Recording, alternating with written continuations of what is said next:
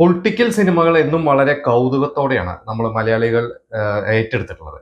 ഇപ്പോൾ പുതിയൊരു political cinema പ്രതിച്ഛായ. അപ്പോൾ ഈ ഒരു സിനിമ കുറച്ച് കാലങ്ങളായി ഇതിന്റെ ഒരു ഷൂട്ടും കാര്യങ്ങളൊക്കെ തുടങ്ങിയിട്ട്. അപ്പോൾ അതിനെക്കുറിച്ചുള്ള മറ്റു ഡീറ്റെയിൽസ് ഒന്നും നമുക്ക് അറിയില്ലായിരുന്നു. അതായത് ബി ഉണ്ണികൃഷ്ണൻ, നിവിൻ പോളി സിനിമയെ കുറിച്ചാണ് ഞാൻ സംസാരിക്കുന്നത്. അപ്പോൾ ബി ഉണ്ണികൃഷ്ണൻ, നിവിൻ പോളി ആയിട്ട് ഒരു സിനിമ സംഭവിക്കുന്നുണ്ട്. ആ ഒരു സിനിമയുടെ ഷൂട്ട് തുടങ്ങി എന്നുള്ള കുറെ വിവരങ്ങളൊക്കെ നമുക്ക് കിട്ടിയിരുന്നു. പക്ഷെ ആ ഒരു സിനിമയെ കുറിച്ചുള്ള വളരെ ഡീപ്പായിട്ടുള്ള കാര്യങ്ങളൊന്നും നമുക്ക് അറിയില്ലായിരുന്നു. ഇപ്പൊ കുറച്ച് ദിവസങ്ങൾക്ക് മുമ്പ് അതിന്റെ ട്രെയിലർ ലോഞ്ച് നടന്നിരുന്നു. എറണാകുളത്ത് വെച്ചിട്ട് വളരെ ഗ്രാൻഡ് ആയിട്ട് നമ്മുടെ ലാലേട്ടനാണ് അത് ലോഞ്ച് ചെയ്തത്. അപ്പോൾ അതിനുശേഷം ആ ഒരു സിനിമയുടെ ട്രെയിലറിനെ കുറിച്ചൊക്കെ കുറെ സംസാരങ്ങളൊക്കെ ഉണ്ട്. അപ്പോൾ മെയിനായിട്ട് ഇപ്പൊ എലക്ഷൻ ഒക്കെ വരികയാണ്. അപ്പോൾ എലക്ഷൻ വരുമ്പോൾ ഈ ഒരു പൊളിറ്റിക്കൽ സിനിമ എത്രത്തോളം എന്താ പറയാ സ്വാധീനം ചെലുത്തും എന്നുള്ളതിനെ കുറിച്ചൊക്കെയാണ് ഇപ്പൊ കുറച്ച് ചർച്ചകളൊക്കെ. അപ്പൊ ഇതുമായി ബന്ധപ്പെട്ടിട്ടുള്ള കുറച്ച് രസകരമായിട്ടുള്ള കുറച്ച് എനിക്ക് തോന്നിയ കുറച്ച് കാര്യങ്ങൾ നമ്മുടെ മലയാള സിനിമയിൽ പൊളിറ്റിക്കൽ സിനിമകളുടെ ഒരു സ്വാധീനം, ഇങ്ങനത്തെ കുറച്ച് കാര്യങ്ങളാണ് ഞാൻ ഇന്ന് നിങ്ങളോട് ഡിസ്കസ് ചെയ്യാൻ പോകുന്നത്. അപ്പൊ ഈ ഒരു സിനിമ നമുക്കറിയാം, ബി ഉണ്ണികൃഷ്ണൻ ഒരു എഴുത്തുകാരനായിട്ട് വന്നു. പിന്നീട് അദ്ദേഹം ഒരു അറിയപ്പെടുന്ന സംവിധായകനായി മാറി. സൂപ്പർ സ്റ്റാർസിനെ വെച്ചൊക്കെ സിനിമകൾ ചെയ്ത ഒരാളാണ്. ഫെഫ്ക എന്ന് പറയുന്ന ഒരു സംഘടനയുടെ എന്താ പറയാ തലപ്പത്തിരിക്കുന്ന ഒരാളാണ്. ഒരുപാട് വിവാദങ്ങൾ സൃഷ്ടിച്ചിട്ടുള്ള ആളാണ്. എന്താ പറയാ ഒരു നേതാവ് എന്ന രീതിയിലൊക്കെ അദ്ദേഹത്തിന്റെ കുറെ പ്രസ്താവനകളും കാര്യങ്ങളൊക്കെ നമ്മൾ കണ്ടിട്ടുണ്ട്. അപ്പോൾ ഈ ഒരു സിനിമയെ കുറിച്ചിട്ട് ഇതിന്റെ ഒരു പ്രതിച്ഛായയുടെ ഒരു ലോഞ്ചിന്റെ സമയത്ത് അദ്ദേഹം പറഞ്ഞിട്ടുള്ള കുറച്ച് കാര്യങ്ങളുണ്ട്. അതിൽ പ്രധാനപ്പെട്ട ഒരു കാര്യം എന്ന് പറഞ്ഞാൽ അദ്ദേഹം പറഞ്ഞത്, ഞാൻ 14 സിനിമകൾ സംവിധാനം ചെയ്തു. നമുക്കറിയാം അദ്ദേഹം സ്മാർട്ട് സിറ്റി എന്ന് പറയുന്ന ഒരു സിനിമ 2006 അത് അവിടെ നിന്നാണ്. അതിനു മുമ്പ് ഏതോ ഒരു ചെറിയൊരു സിനിമ ചെയ്തു. പക്ഷെ സ്മാർട്ട് സിറ്റിയിലൂടെയാണ് അദ്ദേഹം കുറച്ച് കമേഴ്ഷ്യൽ സിനിമകളുടെ സംവിധായകനായി മാറിയത്. അതിനു മുമ്പ് കമേഴ്ഷ്യൽ സിനിമകൾ എഴുതിയിട്ടുണ്ട് അദ്ദേഹം. നമുക്കറിയാം ഈ ടൈഗർ എന്ന് പറയുന്ന ഒരു സിനിമ, ശിവം എന്ന് പറയുന്ന സിനിമ, ഇതൊക്കെ ഷാജി കൈലാസിന്റെ സിനിമകളുടെ വേറൊരു പാറ്റേൺ. നമുക്ക് രഞ്ജി പണിക്കർക്ക് ശേഷം അതുപോലെ പൊളിറ്റിക്കൽ സിനിമകളൊക്കെ എഴുതിയിരുന്ന ഒരു എന്താ പറയുക ആ ഒരു സ്പേസിലോട്ട് വന്ന ഒരു വ്യക്തിയാണ് ബി ഉണ്ണികൃഷ്ണൻ.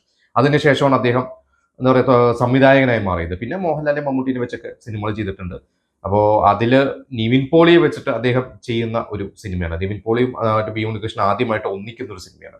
അപ്പോൾ ഈ ഒരു സിനിമ ശരിക്കും ഇതിന്റെ ഒരു പ്ലാനിങ് നടക്കുമ്പോൾ ശരിക്കും നിവിൻ പോളി തിരിച്ചു വന്നിട്ടില്ല. അതായത് ഞാൻ തിരിച്ചു വന്നിട്ടില്ല എന്ന് പറയാൻ കാരണം ഇപ്പൊ സർവ്വമായയിലൂടെ നിവിൻ പോളി തിരിച്ചു വന്നിരിക്കുകയാണ്. എത്രയോ നാളുകളായിട്ട്, അതായത് 2019 ലവ് ആക്ഷൻ ഡ്രാമ എന്ന് പറയുന്ന ഒരു സിനിമയ്ക്ക് ശേഷം നിവിൻ പോളിക്ക് തിയേറ്ററിൽ ഒരു ഹിറ്റ് കിട്ടിയിരുന്നില്ല. ഒരുപാട് പരാജയങ്ങൾ, എന്താ പറയുക, നിവിൻ സെലക്ട് ചെയ്യുന്ന സിനിമകളെ കുറിച്ചുള്ള അഭിപ്രായ വ്യത്യാസങ്ങൾ, ഇതൊക്കെ ഫാൻസിന്റെ ഇടയിലും ആരാധകരുടെ ഇടയിലും എന്താ പറയുക പ്രേക്ഷകരുടെ ഇടയിലും സിനിമാ ലോകത്തൊക്കെ ചർച്ചകളാണ്. ആ ഒരു സ്പേസിലോട്ട് മറ്റു പല യുവനാടന്മാരും കയറിപ്പോയി നിവിൻ പുറകോട്ടാണ് പോകുന്നതെന്നൊക്കെ പറഞ്ഞുകൊണ്ടാണ് നിവിൻ സർവ്വമായയിലൂടെ തിരിച്ചു വന്നത്. അപ്പൊ സർവ്വമായ ഇറങ്ങുന്നതിന് മുമ്പ് നിവിൻ കമ്മിറ്റ് ചെയ്ത സിനിമകൾ ഒരു സിനിമയാണിത്. ആ സർവ്വമായയ്ക്ക് മുമ്പ് സർവ്വമായയുടെ റിലീസിന് മുമ്പ് നിവിൻ കമ്മിറ്റ് ചെയ്ത ഒരു സിനിമയായിരുന്നു ബേബി ഗേൾ. ബേബി ഗേൾ എന്ന് പറയുന്ന ഒരു സിനിമ തിയേറ്ററിൽ ഇറങ്ങിയപ്പോ ഫ്ലോപ്പായി. അത് മൊത്തം ബിസിനസ് നോക്കുമ്പോൾ ചിലപ്പോൾ ലാഭമായിട്ടുണ്ടാവും. കാരണം അതിന്റെ OTT റൈറ്റ്സ് ഒക്കെ ഓൾറെഡി വിറ്റ് പോയിട്ടുള്ളതാണ്. അതുകൊണ്ട് ചിലപ്പോൾ അതിന്റെ നിർമ്മാതാവ് ലിസ്റ്റിൻ സ്റ്റീഫന് ലാഭമായിട്ടുണ്ടാവാം. പക്ഷെ നിവിന്റെ ഫാൻസ്, സർവ്വമായ വിജയിപ്പിച്ച നിവിന്റെ ഫാൻസിന് അതൊരു പരാജയം തന്നെയായിരുന്നു. അതിനുശേഷം ഇതിപ്പോ തിയേറ്ററിൽ ഇനി ഇറങ്ങാൻ പോകുന്ന ഒരു സിനിമയാണത്. അപ്പോൾ ഇദ്ദേഹം പറഞ്ഞത്, ബി ഉണ്ണികൃഷ്ണൻ പറഞ്ഞത്, ഞാൻ ഇതുവരെ ചെയ്ത സിനിമകളിൽ നിന്നും എനിക്ക് വളരെ സ്പെഷ്യൽ ആയിട്ടുള്ള, ഞാൻ ഏറെ സന്തോഷിക്കുകയും അതുപോലെ തന്നെ ദുഃഖിക്കുകയും ഒക്കെ ചെയ്ത, അല്ലെങ്കിൽ ഒരുപാട് കഷ്ടപ്പെട്ടിട്ടുള്ള ചെയ്ത ഒരു സിനിമയാണ്. കാരണം അദ്ദേഹം ഇതുവരെ ചെയ്ത സിനിമകളിൽ ഒരു സിനിമയും 100 ദിവസത്തിന് കൂടുതൽ ഷൂട്ട് ചെയ്തിട്ടില്ല. അദ്ദേഹം ബ്രഹ്മാണ്ഡ സിനിമകൾ ചെയ്തിട്ടാണ്. നമുക്കറിയാം മോഹൻലാലിനെ വെച്ച് മാണമ്പിയും മമ്മൂട്ടി വെച്ച് പ്രമാണി, പിന്നെ ഈ ഗ്രാൻഡ് മാസ്റ്റർ, മോഹൻലാൽ വെച്ച ഗ്രാൻഡ് മാസ്റ്റർ, വില്ലൻ പോലത്തെ സിനിമകളൊക്കെ ചെയ്തിട്ടുള്ളതാണ്. വില്ലനിലാണെങ്കിൽ വിശാലും ഹൻസികയും ഒക്കെ അഭിനയിച്ചിട്ടുള്ളതാണ്. പക്ഷെ ആദ്യമായിട്ട് ഒരു 100 കോടി ബഡ്ജറ്റിൽ, അത് എനിക്ക് തോന്നുന്നു ഇതുവരെയുള്ള അദ്ദേഹത്തിന്റെ കരിയറിലെ ഏറ്റവും വലിയ ബഡ്ജറ്റ് സിനിമയാണെന്നാണ് പറഞ്ഞത്. അപ്പോൾ അദ്ദേഹം പറഞ്ഞത്, ഈ ഒരു റിസ്ക് ഞാൻ തന്നെ പകുതി ഏറ്റെടുത്തിരിക്കുകയാണ്. ഗോകുലം ഗോപാലനാണ് ഇത് ഒരു കോ പ്രൊഡ്യൂസർ. ഗോകുലം ഉണ്ട് കൂടെ, ഞാനും ഇതിലിറങ്ങി. ഞാൻ അവിടുന്ന് ഇവിടെ നിന്നൊക്കെ കടം പേടിച്ചിട്ടുണ്ട്. എന്നിട്ട് അദ്ദേഹം പറഞ്ഞിട്ടുള്ള കുറച്ച് പോയിന്റ്സ് ഉണ്ട് ഇതിൽ. ലിസ്റ്റിൻ സ്റ്റീഫൻ, വേണു കുന്നപ്പള്ളി, ആന്റണി പെരുമ്പാവൂർ, പിന്നെ പേര് പറയാൻ പറ്റാത്ത ഒരാൾ, ഇത്രയും പേര് എന്നെ സാമ്പത്തികമായിട്ട് സഹായിച്ചിട്ടുണ്ട് എന്നാണ് പറഞ്ഞത്. പിന്നെ അതിന്റെ ഷൂട്ടും കാര്യങ്ങളൊക്കെ കേട്ടോ, അതായത് 5000-6000 ആർട്ടിസ്റ്റുകളൊക്കെ പങ്കെടുക്കുന്ന സെക്രട്ടേറിയറ്റിലൊക്കെ ഒരുപാട് ഷൂട്ടും കാര്യങ്ങളൊക്കെ ഉണ്ടായിരുന്നു. അപ്പോൾ ഈ ഷൂട്ടും കാര്യങ്ങൾക്കൊക്കെ എന്നെ സഹായിച്ച ഒരുപാട് പേരുണ്ട്. എനിക്ക് തോന്നുന്നു ബെഹ്റയുടെ പേരൊക്കെ അദ്ദേഹം എടുത്തു പറഞ്ഞിട്ടുണ്ട്. അപ്പൊ ഇങ്ങനെ ഒരുപാട് പേര് സഹായിച്ചിട്ടുണ്ട്. പിന്നെ ഇതൊരു പ്രൊപ്പഗാൻഡ സിനിമയാണ് എന്ന തരത്തിൽ ആളുകൾ പറയുന്നുണ്ട്. ഇതൊരു പ്രൊപ്പഗാൻഡ സിനിമയല്ല. ഒരു പ്രൊപ്പഗാൻഡ സിനിമ അല്ലെങ്കിൽ എന്റെ രാഷ്ട്രീയം പറയാനായിട്ട് ഞാൻ കോടികൾ കടം മേടിച്ച് റിസ്ക് എടുക്കേണ്ട കാര്യമില്ലല്ലോ എന്നാണ് അദ്ദേഹം പറഞ്ഞിട്ടുള്ളത്. അത് എന്താ പറയുക, നമുക്ക് സിനിമ ഇറങ്ങുമ്പോഴേ പറയാൻ പറ്റുള്ളൂ. എങ്കിലും ഇപ്പൊ ചർച്ച വരുന്നത് അതിന്റെ ഒരു ട്രെയിലറും കാര്യങ്ങളും ഇറങ്ങിയപ്പോ അതൊന്ന് ഈ പറയുന്ന സോഷ്യൽ മീഡിയയിലൂടെയുള്ള ചർച്ചകളും എനിക്ക് മനസ്സിലാത്ത കാര്യങ്ങൾ വെച്ചിട്ട് നമ്മുടെ ഉമ്മൻചാണ്ടി ഭരിച്ചിരുന്ന സമയത്തെ സോളാർ കേസും ഉമ്മൻചാണ്ടിക്കെതിരെ ഉണ്ടായിരുന്ന സമരങ്ങളും ഇതൊക്കെയാണ് ആ ഒരു സിനിമയിൽ പരാമർശിച്ചിട്ടുള്ളതെന്ന് തോന്നുന്നു. കാരണം ബാലചന്ദ്ര മേനോൻ ഒരുപാട് നാളുകൾക്ക് ശേഷം ശക്തമായ ഒരു ക്യാരക്ടറിലൂടെ അദ്ദേഹം അഭിനയ രംഗത്തോട്ട് വരികയാണ്. ഇതിൽ ബാലചന്ദ്ര മേനോന്റെ മകന്റെ ക്യാരക്ടറാണ് നിവിൻ പോളി. അപ്പോ അത് ഉമ്മൻചാണ്ടിയും ചാണ്ടി ഉമ്മനുമാണ് എന്ന് ഒരു ചർച്ച. ഇപ്പുറത്ത് സായികുമാറിന്റെ ഒരു അതിശക്തമായിട്ടുള്ള ഒരു ക്യാരക്ടർ അതിന്റെ ലോഞ്ചിന്റെ സമയത്ത് ബി ഉണ്ണികൃഷ്ണൻ തന്നെ പറഞ്ഞിട്ടുണ്ട് സായികുമാറിന്റെ ഗംഭീര റോളാണ്. അത് കണ്ടിട്ട് ഒരു സഖാവാണ്, അതിന് പിണറായി വിജയനാണോ? പിന്നെ അതിൽ പറയുന്നുണ്ട്, ഒരു ട്രെയിലർ കണ്ടവർക്ക് അറിയാം, 2 സീറ്റിന്റെ ഭൂരിപക്ഷത്തിൽ ഞകളിക്കേണ്ട എന്നൊക്കെ അതിലൊരു സഖാവിന്റെ ഒരു പ്രസ്താവനയൊക്കെ ഒരു സമര വേദിയിലൊക്കെ പറയുന്നുണ്ട്. അപ്പൊ അത് പിണറായി വിജയൻ, ഉമ്മൻചാണ്ടി ഇങ്ങനെയൊക്കെയാണ് പറയുന്നത്. പിന്നെ ഇതിൽ ഷറഫുദ്ദീനാണ്. അപ്പൊ ഷറഫുദ്ദീൻ നിവിൻ പോളിയൊക്കെ ഷറഫുദ്ദീൻ പറഞ്ഞത് ഞാൻ ചോദിച്ചു മേടിച്ച വേഷമാണ് ബി ഉണ്ണികൃഷ്ണൻ അടുത്ത്, ഞാൻ ഉണ്ണിസാറിന്റെ അടുത്ത് ചോദിച്ച വേഷമാണ്. അതുപോലെ തന്നെ നിവിൻ പറഞ്ഞത് ഷറഫും ഞാനൊക്കെ ഒരുമിച്ച്, ഞങ്ങൾ സിനിമയിൽ വരണതിന് മുമ്പ് സുഹൃത്തുക്കളാണ്, ഒരുമിച്ച് അഭിനയിച്ചിട്ടുള്ളതാണ്. അതുകൊണ്ട് തന്നെ ഷറഫിന്റെ കൂടെ അഭിനയിക്കാൻ ഒരു ഇഷ്ടമാണ്, എന്താ പറയുക, ഒരു പ്രത്യേക സുഖമാണ്. ഷറഫിന്റെ ആ ട്രെയിലറൊക്കെ കാണുമ്പോൾ ഒരു പക്ക വില്ലനാണോ, ഒരു കോർപ്പറേറ്റ് വില്ലനാണോ? പിന്നെ ട്രെയിലറിന്റെ അടിയിലൊക്കെ കമന്റുകളൊക്കെയാണ്, ലൂസിഫർ ഓർമ്മ വരുന്നു എന്നൊക്കെയാണ്, ലൂസിഫറിന്റെ വിവേക് ഒബ്രോയുടെ പോലത്തെ ക്യാരക്ടേഴ്സിന് ഓർമ്മ വരുന്നു എന്നൊക്കെയാണ്. എന്തായാലും കഥ അതൊന്നും ആയിരിക്കില്ല, പക്ഷെ ഈ പറഞ്ഞ പോലെ ഷറഫുദ്ദീന്റെ ഒരു ശക്തമായിട്ടൊരു വില്ലൻ വേഷം അതിൽ ഉണ്ട്. പിന്നെ സബിത ആനന്ദ് എന്ന് പറഞ്ഞ പഴയ നായികയാണ്, അവര് അലക്ടൊക്കെ നായികയായിട്ട് വന്നിട്ടാണ് അവർ ഇതിൽ അഭിനയിക്കുന്നുണ്ട്. ഒരുപാട് ആർട്ടിസ്റ്റ് ഉണ്ട്. ഹരിശ്രീ അശോകന്റെ എനിക്കൊന്ന് കോമഡി ഒന്നും ഇല്ലാതെ വളരെ ശക്തമായിട്ടുള്ള ക്യാരക്ടറുകളാണ് ഹരിശ്രീ അശോകൻ അതിൽ ചെയ്യുന്നതെന്നാണ് ട്രെയിലർ കണ്ടപ്പോൾ മനസ്സിലായത്. എന്തായാലും ഇത് ഒരു എന്താ പറയുക, കമ്മ്യൂണിസ്റ്റ് പാർട്ടിനെ വെളുപ്പിക്കാൻ വേണ്ടിയുള്ള സിനിമയാണ്, അല്ലെങ്കിൽ കോൺഗ്രസിന്റെ അകത്ത് കോൺഗ്രസിലെ പല ഗ്രൂപ്പ് വഴക്കുകളെ കുറിച്ച് പറയുന്ന ഒരു സിനിമയാണ്. പിന്നെ അതിൽ ആൻ അഗസ്റ്റിന്റെ ഒരു ക്യാരക്ടർ ഉണ്ട്. അതിന് ഇപ്പോ എന്താ പറയാ, സോളാർ കേസുമായി ബന്ധപ്പെട്ടിട്ട് നമ്മൾ പലപ്പോഴും കേൾക്കുന്ന ഒരു പേര്, സാമ്യം, ഞാൻ ആ പേര് പറയുന്നില്ല, അവരുമായി സാമ്യമുണ്ട് എന്നൊക്കെയാണ് ട്രെയിലറിലൊക്കെ, എന്താ പറയുക, ട്രെയിലറിന്റെ അടിയിലൊക്കെ വരുന്ന കമന്റുകൾ.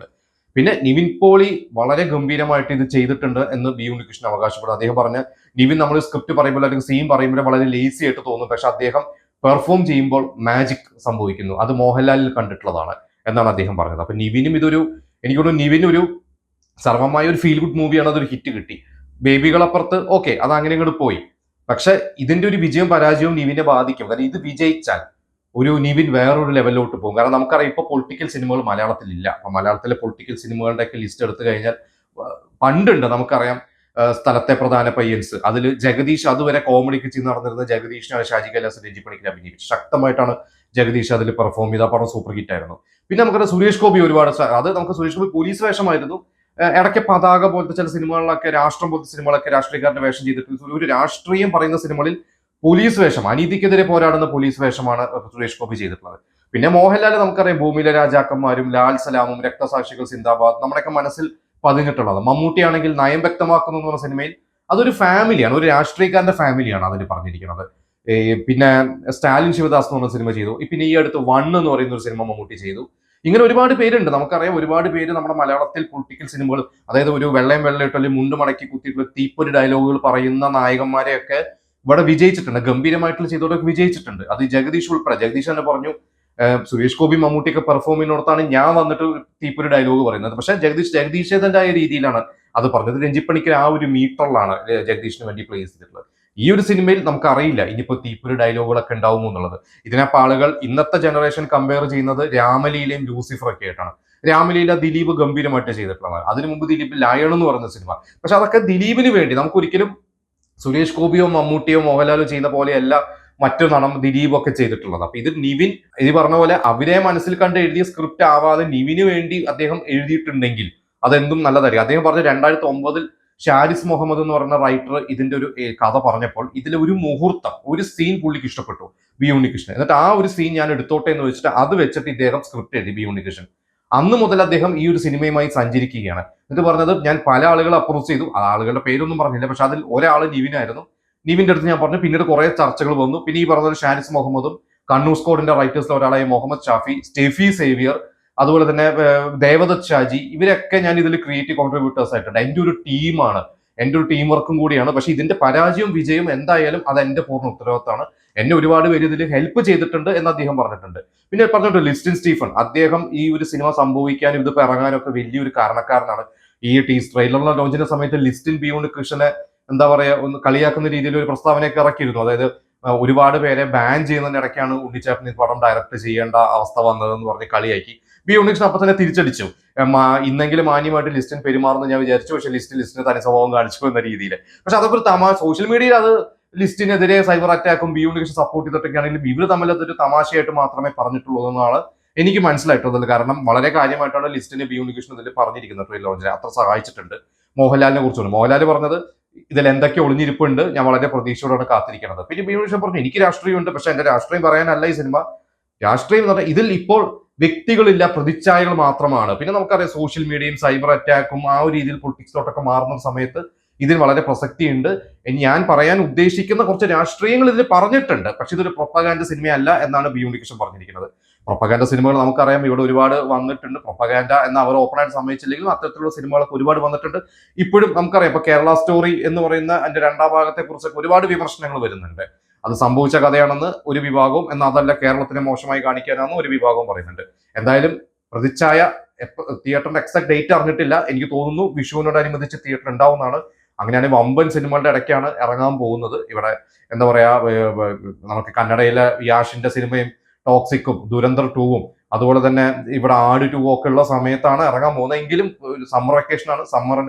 ഇതുപോലൊരു സമ്മർ വെക്കേഷനാണ് കമ്മീഷണർ സിനിമയൊക്കെ ഇറങ്ങി വിജയിച്ചിട്ടുള്ളത്, എല്ലാ സിനിമകളും. അപ്പൊ നമുക്ക് എന്തായാലും നോക്കാം. എന്തായാലും ഞാൻ വെയിറ്റിംഗ് ആണ്. കാരണം നിവിനെ നമ്മൾ പണ്ട് സഖാവിൽ രാഷ്ട്രീയക്കാരനായിട്ട് കണ്ടിട്ടുണ്ട്, പക്ഷെ ഇതിൽ നിവിൻ എങ്ങനെ വരും എന്നുള്ളത് കാണാൻ ഞാൻ വളരെ പ്രതീക്ഷയോടെ കാത്തിരിക്കുകയാണ്. പിന്നെ ബാലചന്ദ്ര മേനോന്റെ ഒരു തിരിച്ചുവരവ്, എല്ലാം കൊണ്ടും വളരെ പ്രതീക്ഷയുണ്ട്. എന്തായാലും നമുക്ക് എന്തായാലും കാത്തിരുന്നിട്ട് കാണാം. നിങ്ങൾക്ക് എന്താണ് ഈ ഒരു സിനിമയെ കുറിച്ച് തോന്നുന്നത്? ഇതൊരു പ്രൊപ്പഗാൻഡ സിനിമയാണോ? ഇലക്ഷൻ സമയത്ത് ഇറങ്ങുന്നതിൽ മറ്റു ഉദ്ദേശങ്ങളുണ്ടോ? അങ്ങനെ എന്തെങ്കിലും ഉണ്ടെന്ന് നിങ്ങൾക്ക് തോന്നുന്നുണ്ടെങ്കിൽ നിങ്ങൾക്ക് നിങ്ങളുടെ അഭിപ്രായം തുറന്ന് ഇവിടെ കമന്റ് ചെയ്യാം.